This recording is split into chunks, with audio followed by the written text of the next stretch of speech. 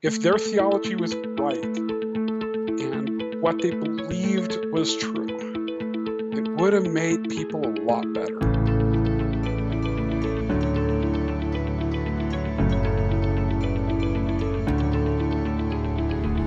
Welcome to Voices of Deconversion. We share the inspirational stories of deconversion told by former Christians who are now atheist or agnostic. Our stories remind us we're in it together. They encourage us as we discover who we are and help us to embrace who we become. Now here's Steve with today's guest.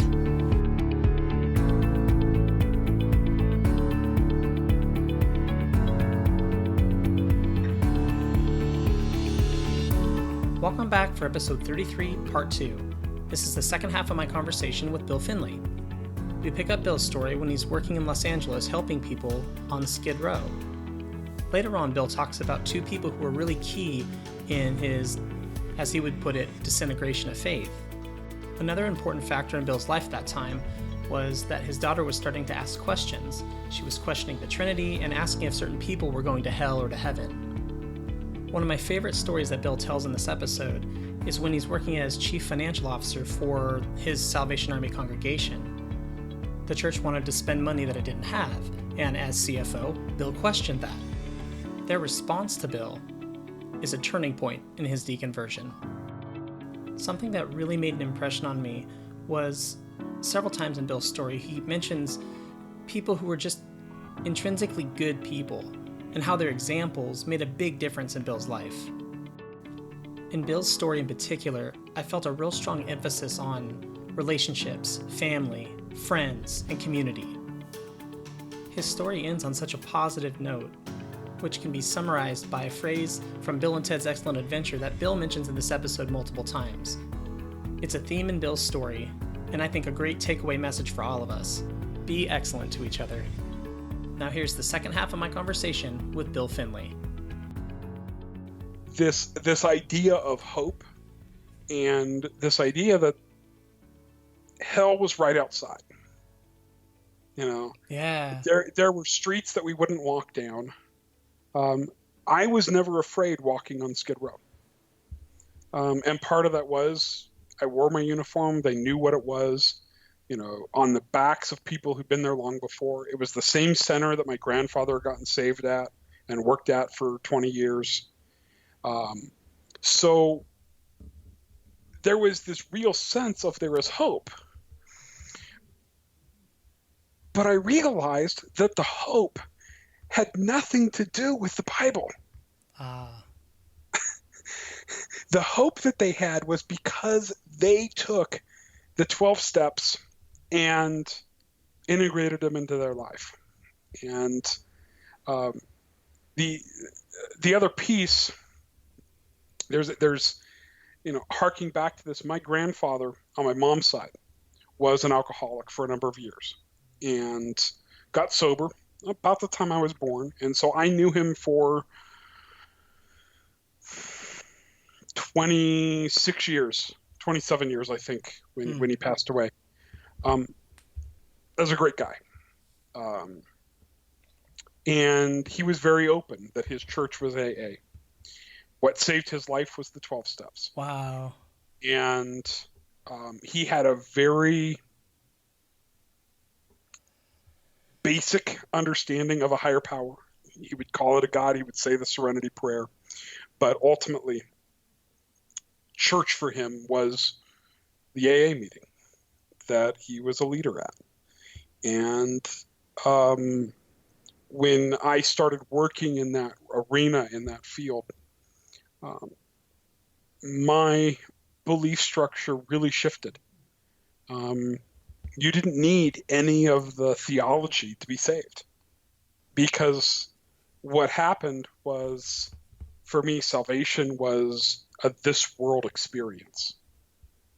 When people live hell and they can live heaven, you know, they may still talk about heaven out there somewhere as a next life thing, but for many of them, those experiences were really real. And so in my preaching, I stopped talking about heaven. I didn't talk about hell. Didn't need to while we were there. They knew it. They lived it.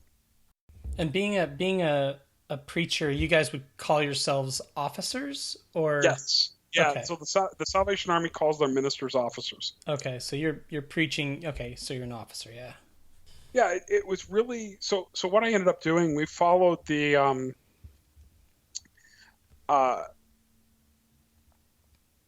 church calendar, and I would use the lectionary, which is a um, prescribed texts that are the Revised Common Lectionary shared by the Episcopals, the Presbyterians, the Lutherans, for a few reasons. One, I wasn't that creative to come up with different themes.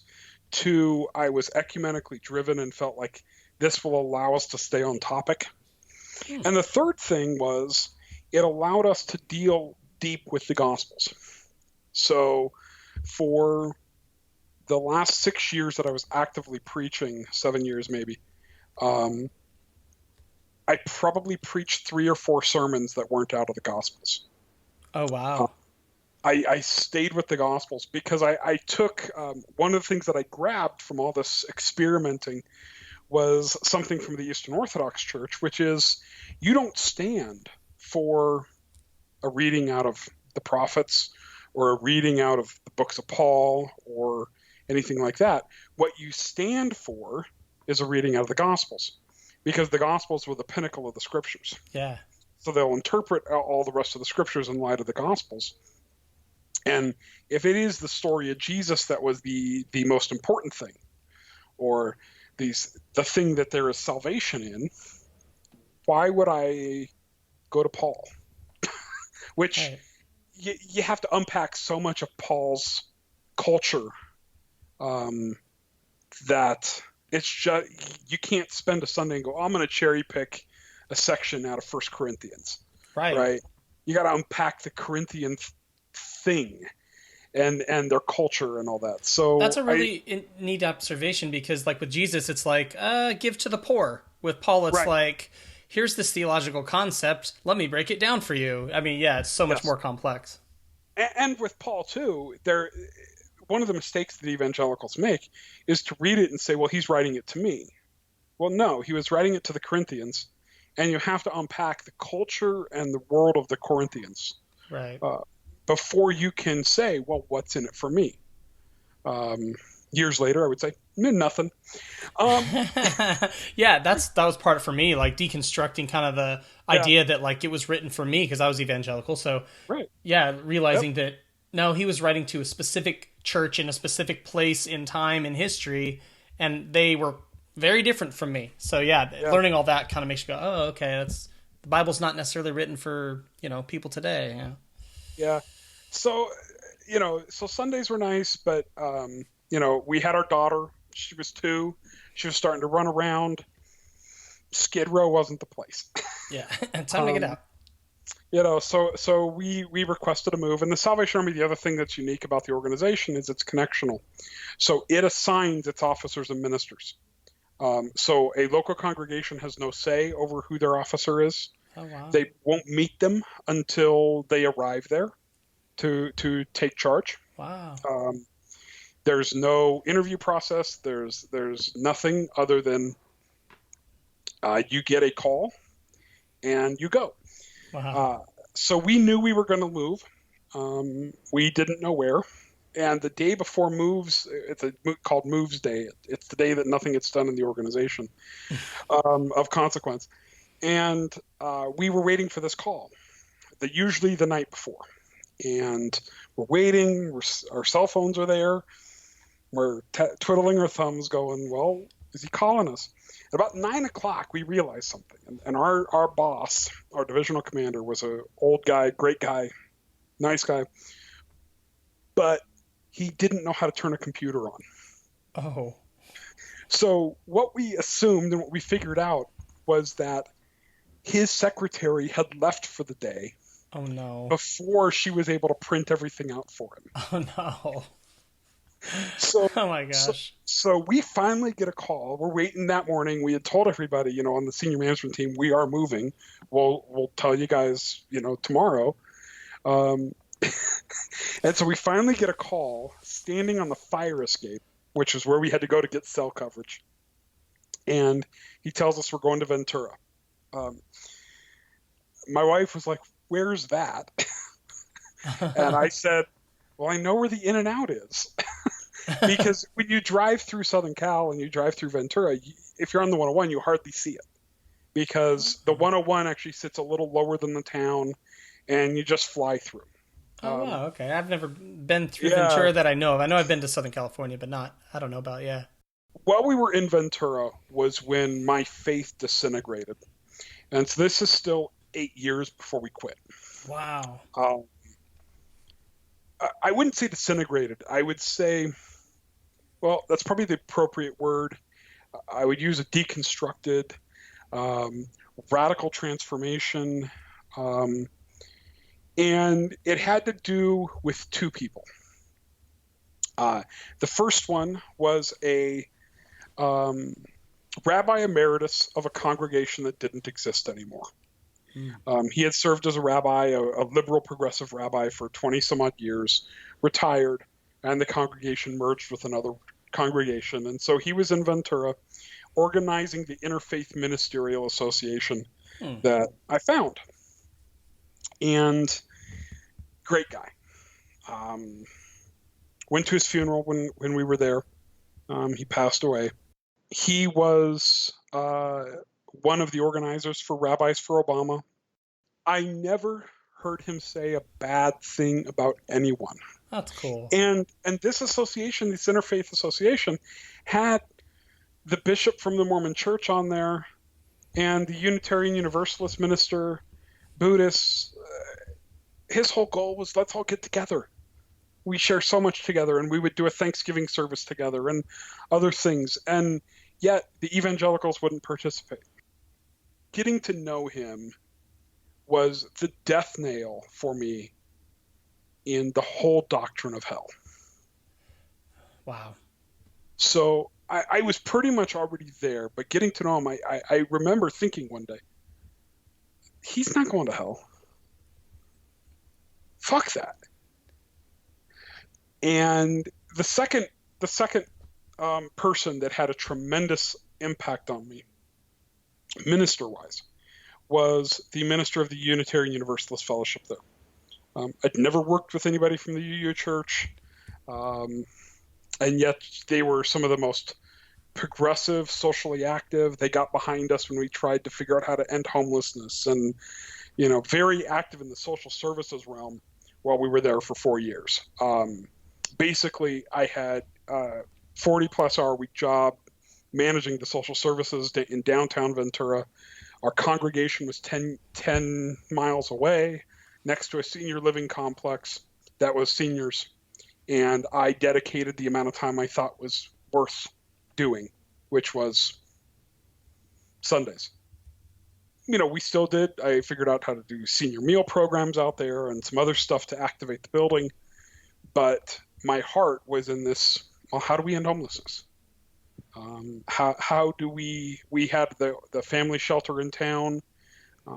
We were a major player, and I met this minister who was at the UU Church. Her name is Jan, and meeting people in that congregation and meeting her was the other thing that basically I got to the point of, believe whatever you want, just do good to each other. And so I had also read a couple books that I had read, but the two axioms that I ended up subscribing to in that course of time was a book on management, which is called The No Asshole Rule,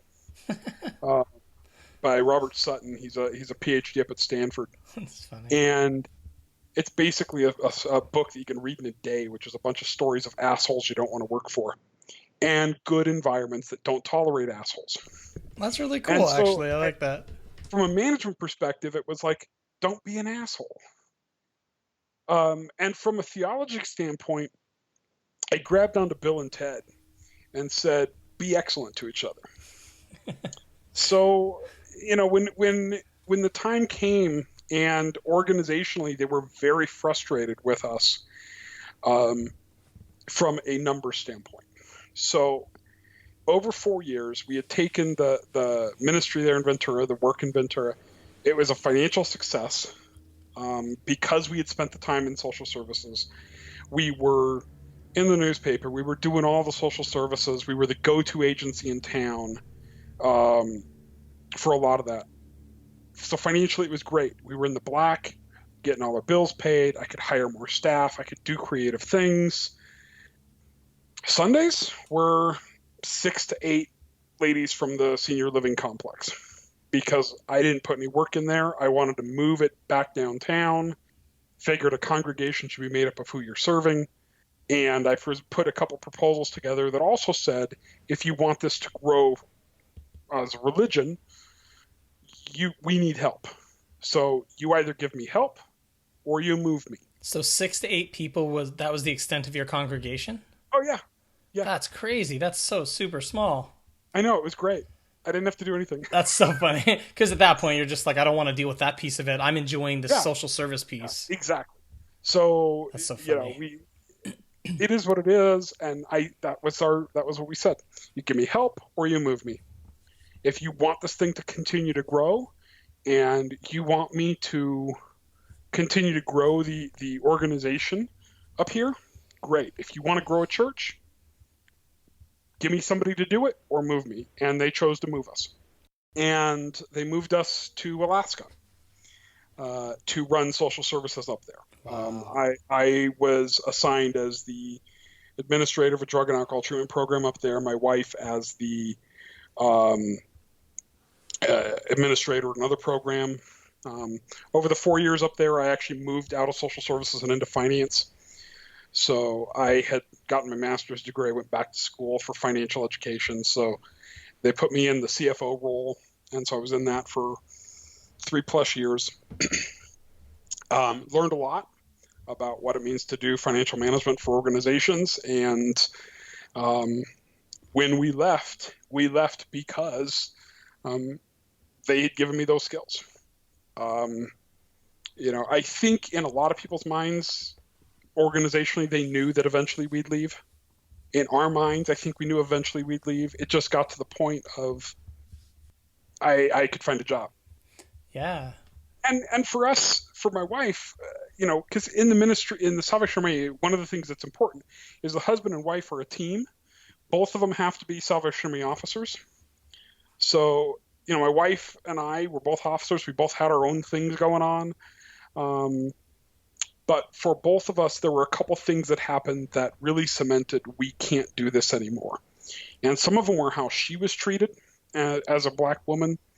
Wow. The Salvation Army, for its history, would say they're egalitarian, but they're anything but. Married women don't have the same opportunities as single women do. And there was more than one occasion where my wife would tell me exactly what she wanted me to say because they would listen to me and Wow. they wouldn't to her. So, as we're sitting around the boardroom making major decisions, they just wouldn't listen. The other thing that happened was our daughter, she's 11, she started having a lot of questions and really struggling with, she was really struggling with the Trinity.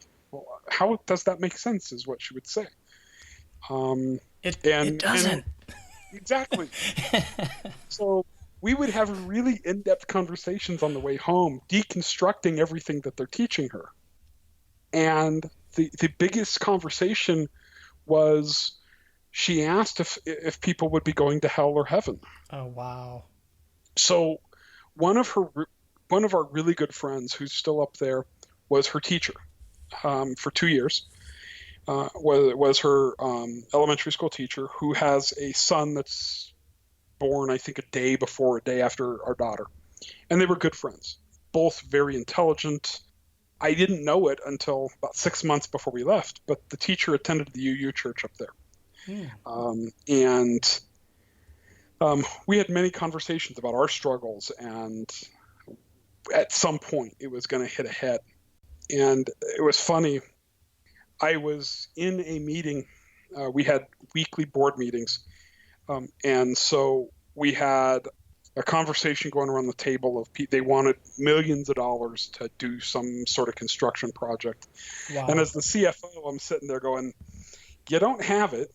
If you want to raise it, you have to come up with a plan. And they said, well, God's going to give it to us. Oh, boy. And I'm like, that's nice. When it happens, come see me. Yeah. And what they told me was, I still remember it to this day, well, you just don't have enough faith. This is the second or third time that my bosses had said that. And I was just like, the first couple times I've been mad, right? Because I'm like, I still want to follow Jesus. I still think I have faith. It's not this name it, claim it, blab it, grab it faith. But I still had faith. And she said that. And I remember getting into my car, turning on the heavy metal station, and going, holy shit, she's right. Oh, wow. That's amazing. So, and do you remember the song that was playing, by the way? No. I was going to say, that's really funny. So I was like, she's right. And, my wife and I had these conversations about what's our future? Do we need to leave? And some of that was place-based as our parents were aging. But I'd been looking somewhat because she had said, if you can find a job, we'll leave. Yeah. Yeah. And here they prepared you with financial stuff. Yeah. So I was looking at, executive director level or CFO level positions in medium to large nonprofits. And it's hard when you're relocating. It's actually very difficult. So I ended up so after this happened and our daughter's struggling, my wife was at a conference and she came back and she still tells me to this day, she goes, I came back and you were on fire with resumes. So, this was late fall, October or November of 2015.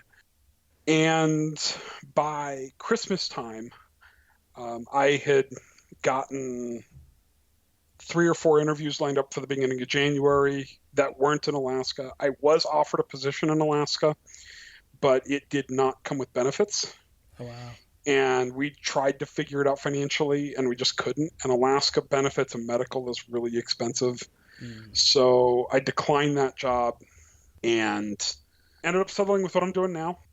Spent basically 3 weeks of flights to Salem, to Denver, and to Chicago to interview at places, and ended up getting the job I have now, which is as the CFO for the National Ski Patrol. The funny thing is as I'm doing all this process, we get an email, a letter. I called it a nasty gram. They would send you letters of stuff that you did when you did things wrong. And this letter was something that I wrote in a closed group on Facebook for progressive-leaning Salvationists. Oh, wow. That I had made a comment on somebody's post where they were a theological conversation came up about the resurrection or something like that. And one of the comments I had made, it wasn't the only one, there were others that they had issues with, but this one was interesting. And it's mostly interesting because in our doctrines, the resurrection doesn't exist.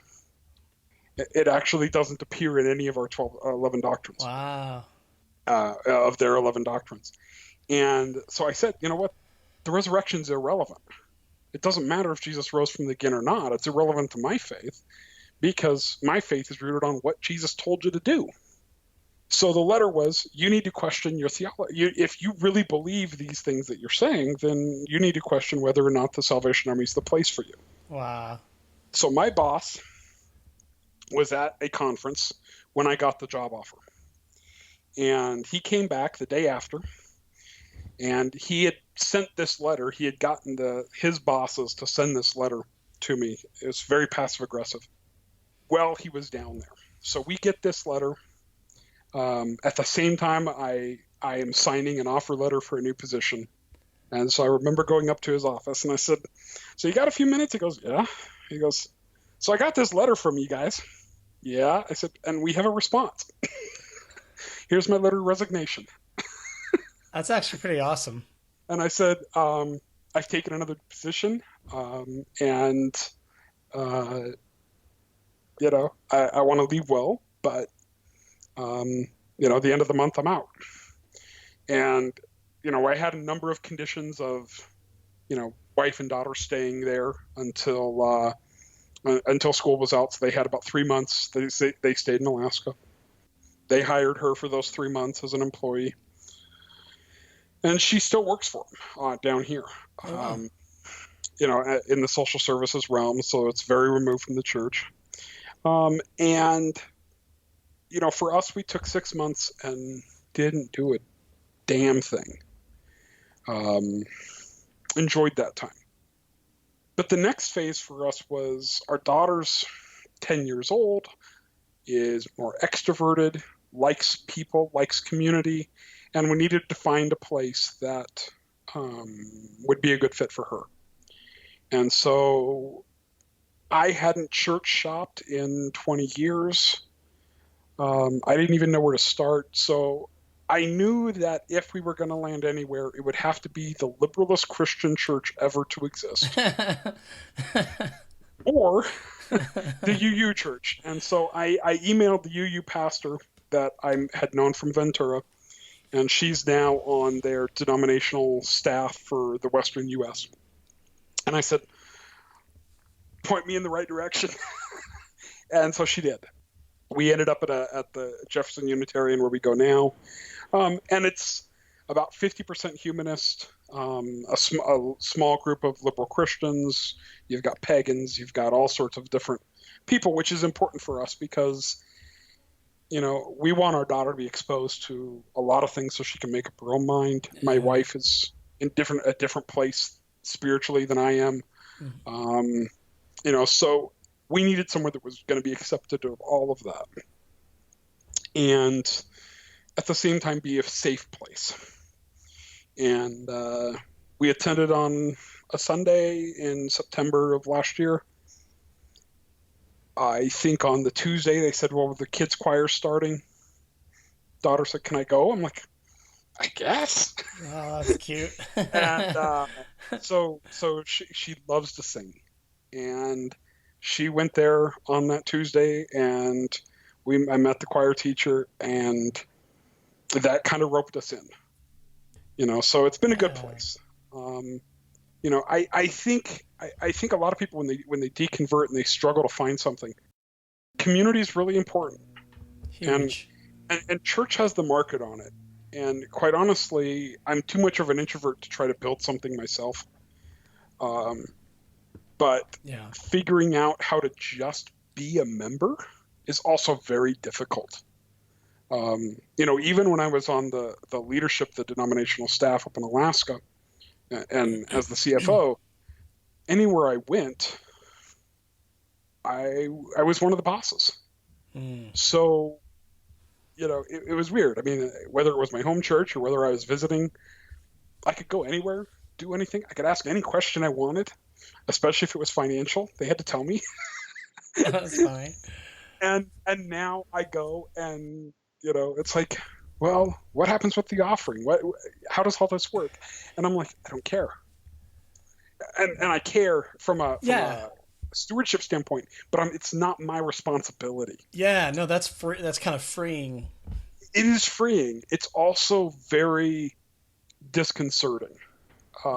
Trying to figure out what my role is.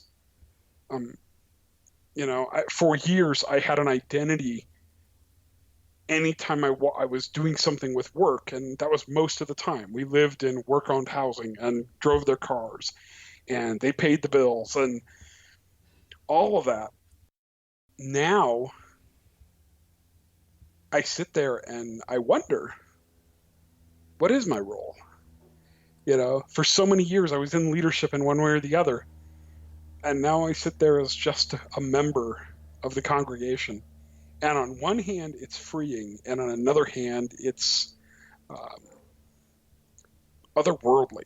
Yeah, it seems like you're the type of person that needs to be involved and engaged in some fashion. Oh yeah, totally. Yeah. So what happened next then? Or we're still in the middle of that. I mean, I'm facilitating a small group, it's interesting.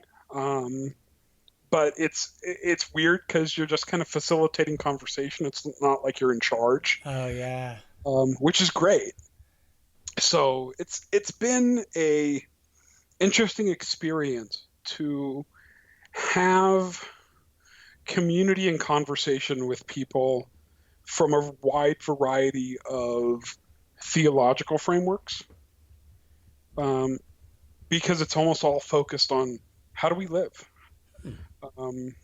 The most packed that place had been, other than Christmas, last year. Well, Christmas was packed. It was after the election, so I still remember the Sunday after the election.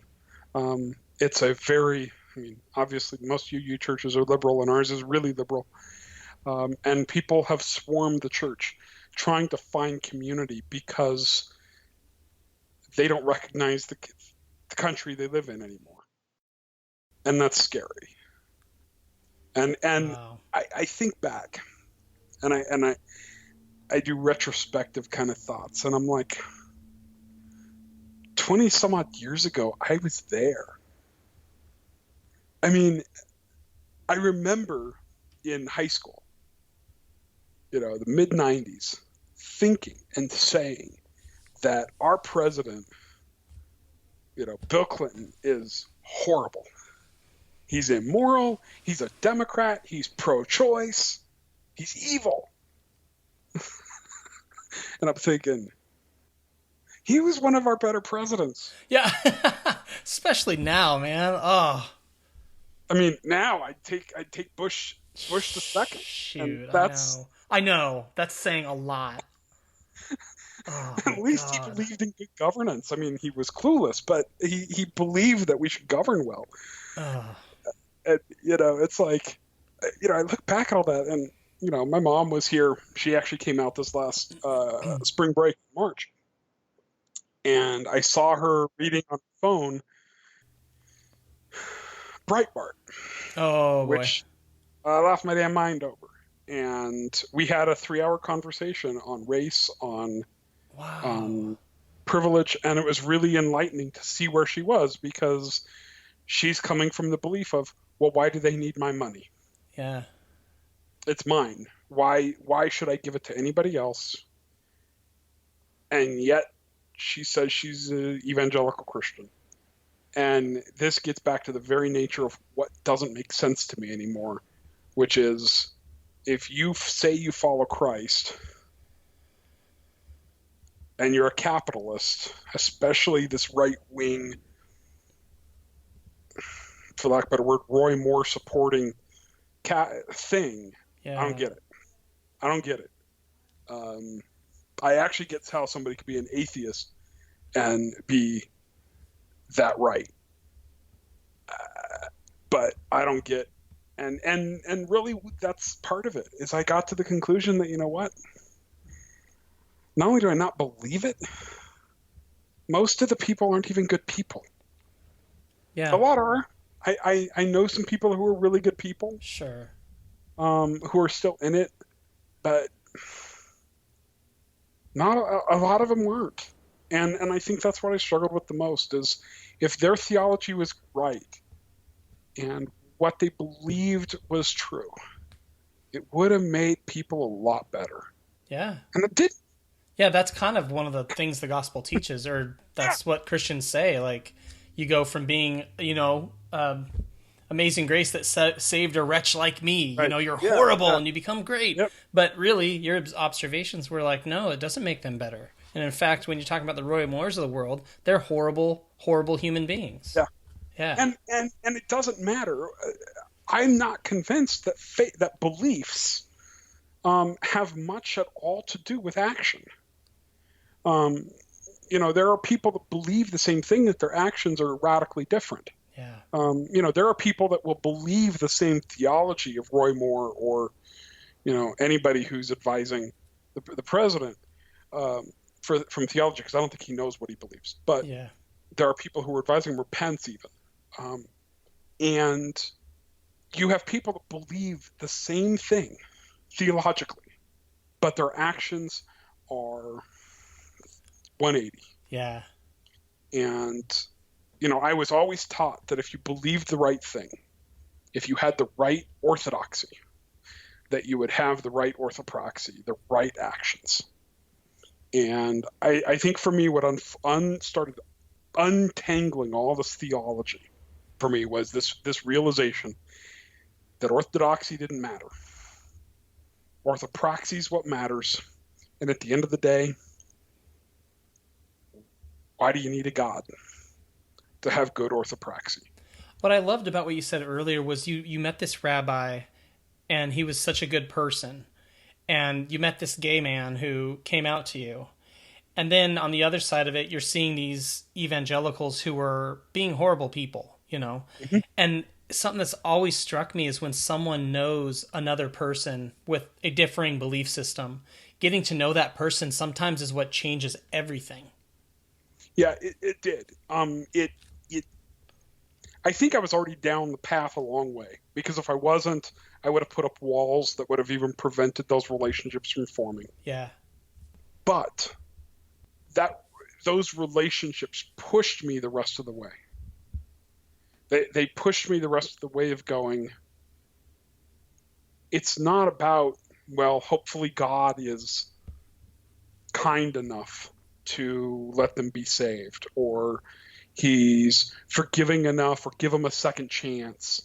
I remember one of my first exposures to end times theology that was really out there, that I really loved, was in college. I still remember Bart Campolo coming and talking to our school about a second chance theology, that, well, at the end, everybody's going to get a second chance to accept Jesus, which is funny because then I found him as a deconverted humanist. Yeah, that's really funny. So that theology was always there. It was always this, well, God will take care of it. And at the end, it was like, why does God need to do anything? So this kind of segues a little bit into my final set of questions here. Yeah. When you think back on that Christian version of yourself, what do you think about that person? Because I progressed all the way through all the phases from, conservative evangelical, I would have called myself a progressive Christian, emergent Christian for a while. Loved the stuff that Brian McLaren would put out. I think it would depend on what point I saw myself. There were times that I would look back on it and say, you had no clue.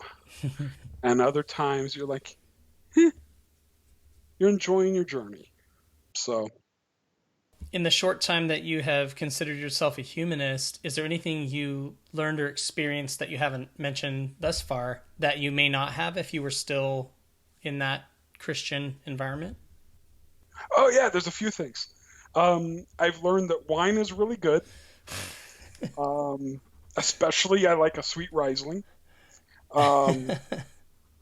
When my wife and I like to travel, and we've gone on a number of cruises, and this last one, we were finally on a cruise and had the freedom to drink, because the Salvation Army officers, you don't drink. And so we fell in love with one beverage that's a mango and peach schnapps kind of drink. And so, it's like drinking is not bad in moderation. And I think the other one is just realizing how many good people are out there, even more so than before. That's really cool. I like that. When you think back about the experience of deconverting, and I guess when you think back about your experience of it, what makes you the most proud, or what would you look at and say, I'm really proud of that in myself? I'm probably most proud that I've been able to have really open and honest conversations with my wife and daughter, both of whom are very supportive of this path that we're taking, and are enjoying the path in many ways. That's awesome. That's really great. Opening up that dialogue, and it's a human experience, not a atheist or Christian experience. Right. What thread carries through from the time that you were a conservative Christian, in high school? You've made a big transition, and now you consider yourself humanist, and you don't believe a lot of that stuff you used to. What stayed the same through all those years about you? Yeah, I think for me it goes back to there's two phrases that have gone through my head over and over and over my entire life. One is be excellent to each other, from Bill and Ted. The other one is from a MASH episode. One of these days I'm going to do something with everything I need to know I learned watching MASH. But there's a MASH episode that they do a Buddhist priestess comes and does an exorcism on the camp. And Father Mulcahy says there's more than one way to skin a spirit. And there's this belief that people evolve religious beliefs for a lot of different reasons over hundreds and thousands of years. And if it works, cool. And if it doesn't, or it leads you to violate the first rule of be excellent to each other, then you need to jettison it. But as long as it is encouraging people to be excellent to each other, I'm okay with it. I think the challenge is anytime it puts up walls and puts up barriers of us versus them. Those are the things I really struggle with from a religion standpoint. Well, what do you like best about being a humanist? Being able to stay home on Sundays if we want. But honestly, being able to talk and listen about how to make a positive impact in this world, and how to be, as the humanist chaplain from Harvard said, be good without God.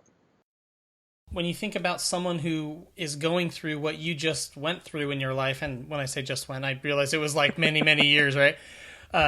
Someone who's going through that deconversion process, who's maybe just on the other end of just deconverting, what encouragement or piece of guidance would you give that person?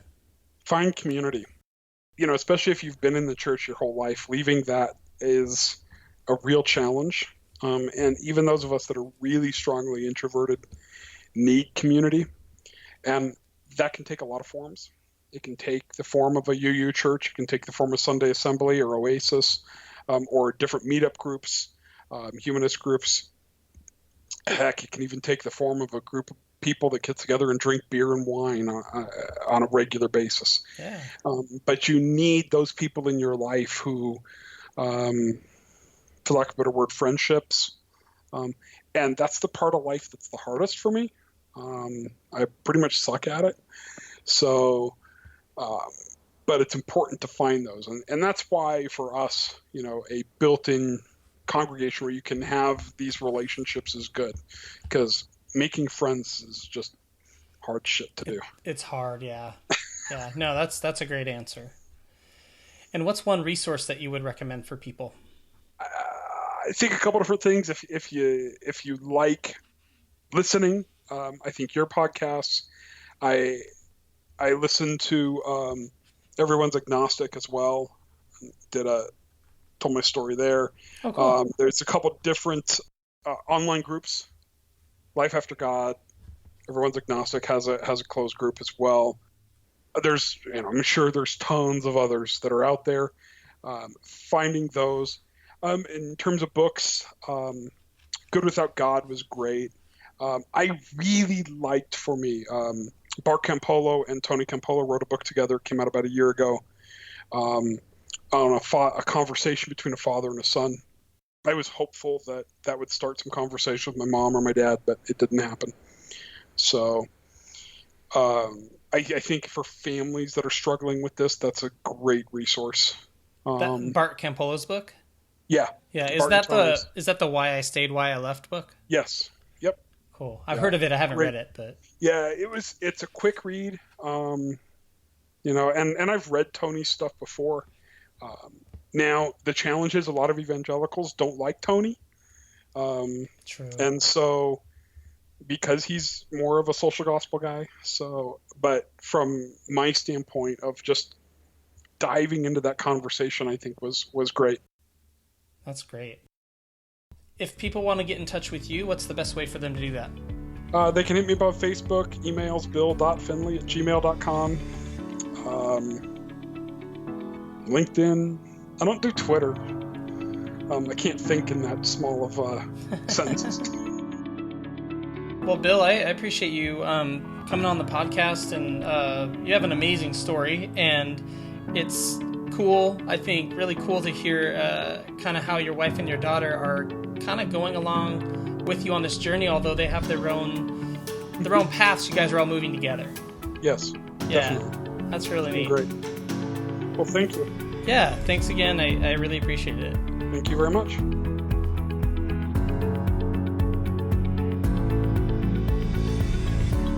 Thanks for listening to Voices of Deconversion. Be sure to join us next time by subscribing to the podcast. If you'd like to learn more, check out our newsletter at bodpodcast.com.